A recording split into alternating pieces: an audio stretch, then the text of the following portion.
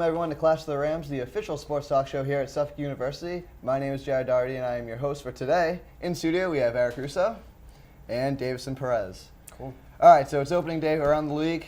We're going to focus mainly on baseball, actually always on baseball. 151 days ago, the Boston Red Sox won the World Series, led to a parade on the streets right behind us. So, the offseason, the big move, Jacoby Ellsbury heads over to the New York Yankees.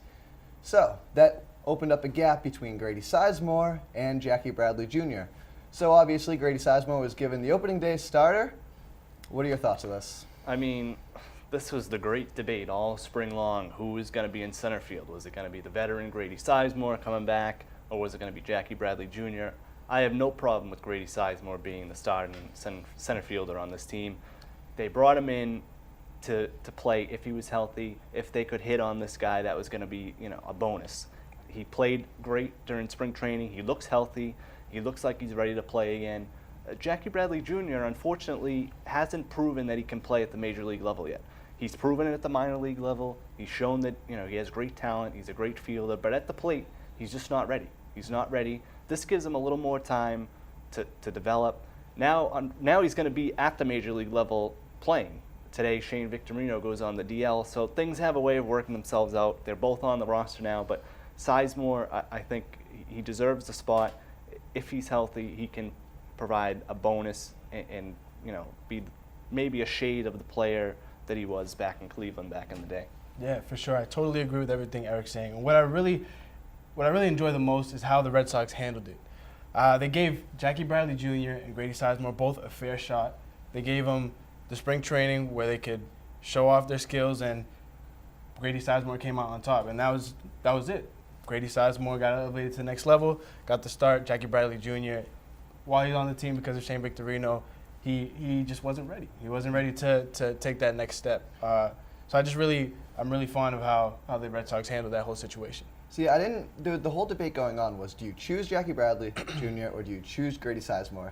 And in my opinion, I do not care who starts. I really could care less who starts. My only thing that I would want, which luckily, like you said, worked out, is that both of them are on the roster. Because I think with Grady Sizemore not playing in 2.5 years and Jackie Bradley Jr. being 23 and has still not proven anything, none of them should feel entitled that they have that center field position, which means that we have this now competitive nature that two guys trying to fight for the starting position.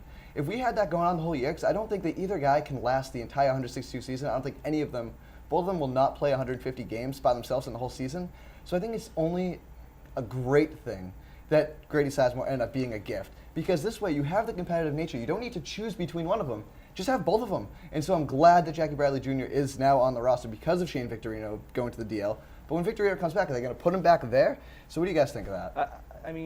I think Bradley goes back to the minor. Unless Grady Sizemore in the next month, that's how long it seems like Victorino's going to be out. I saw 20, 25 games, which is a whole different story. But unless Sizemore gets hurt between now and then, I think Bradley goes back to the minors unless he's lighting it up. I think we have to see how this develops the next month now. This Victorino thing kind of changes everything because Bradley's probably going to play a lot more.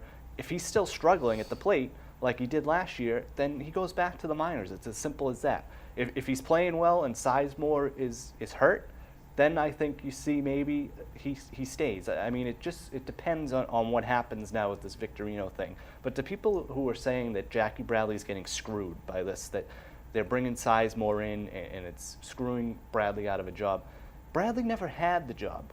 He never had it. He hasn't proven anything at the major league level that he deserved to have that spot, that was his. That he was never at that level. So bringing Sizemore in and playing, I have no issue with it. No issue at all. So the team right now, we have Middlebrooks at third, we have Bogarts now at short. So essentially we're bringing back the same teams last year. Steven Drew's gone, whatever.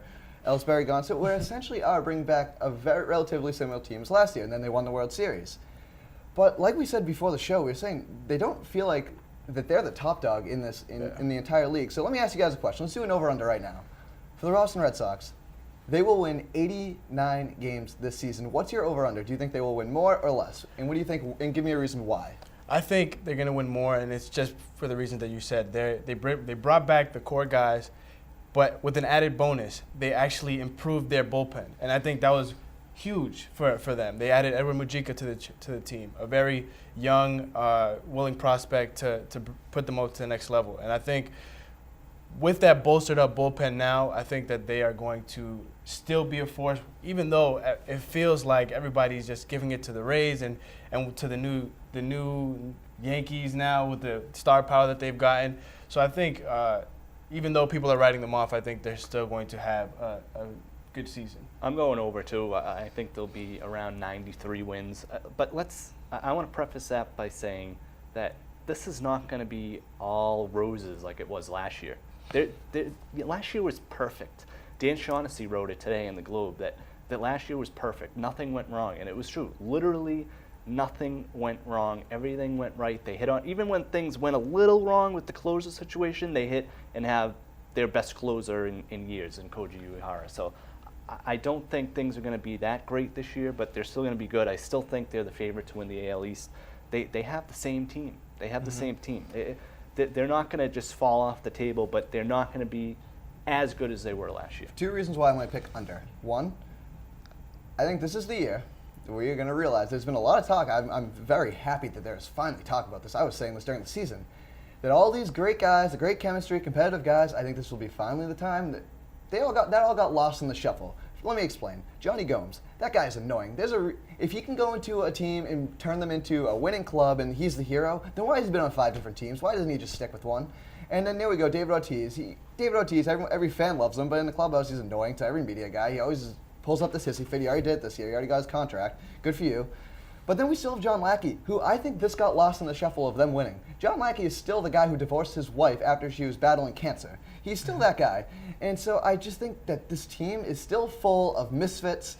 And I think last year it all got lost in nature because they were actually winning. Somehow we can go through an hour of describing how that happened last year, and I don't. Last year was a miracle. I'm boggled by that. But this year, I think that competitive nature to win is going to be lost because they won last year. So I think now you're going to finally see the weaknesses of these guys. I don't think they can compete. And my second reason why I don't think they're going to win, they're not going to go over 89 games, is the AL East. Because I think the AL East is even better this year, including the New York Yankees. So what do you guys think of the AL East? My opinion about the AL East is that there are teams like the Yankees who have added pieces to their team to make them better. But at the same time, they're lacking.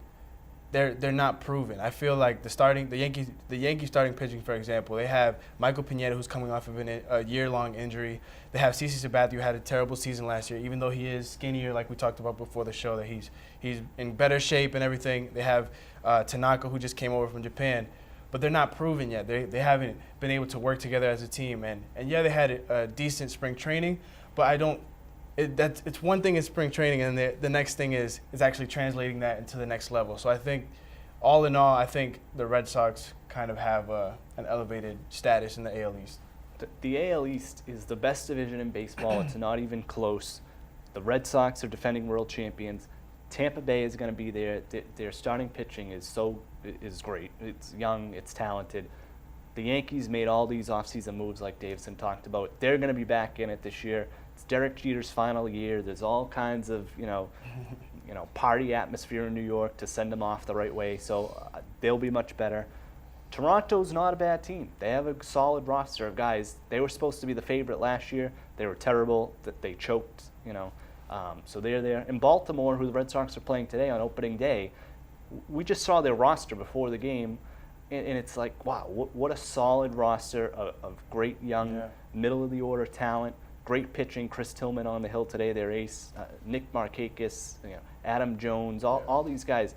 They're a good team. It's so hard, to pick a team in the AL East. I think the Red Sox will still win it. I think it'll be close. I think the Yankees and Rays are going to get a wild card. It's the best division in baseball, hands down. And speaking of wild cards, just real quick to mention, I feel like what's going to be a huge factor this year is the fact that there's not going to be interleague play anymore later on in the season. It's kind of like woven all together. So that is a tangible factor in terms of like teams having to travel to different time zones and facing stiffer competition in the NL earlier on. So we'll have to see how that goes. Yep, my big point is I think the New York Yankees pitching is a little underrated. CeCe Sabathia came in shape, losing tons of weight. He looks like a different guy now. I think that is going to only help him. I don't know how anyone can say losing all that weight is going to make him less effective. But so I think the New York Yankees are a team to look out for. So that was the first segment, and stay tuned for the next segment. We're going to play a little bit of game time, so stick around for that.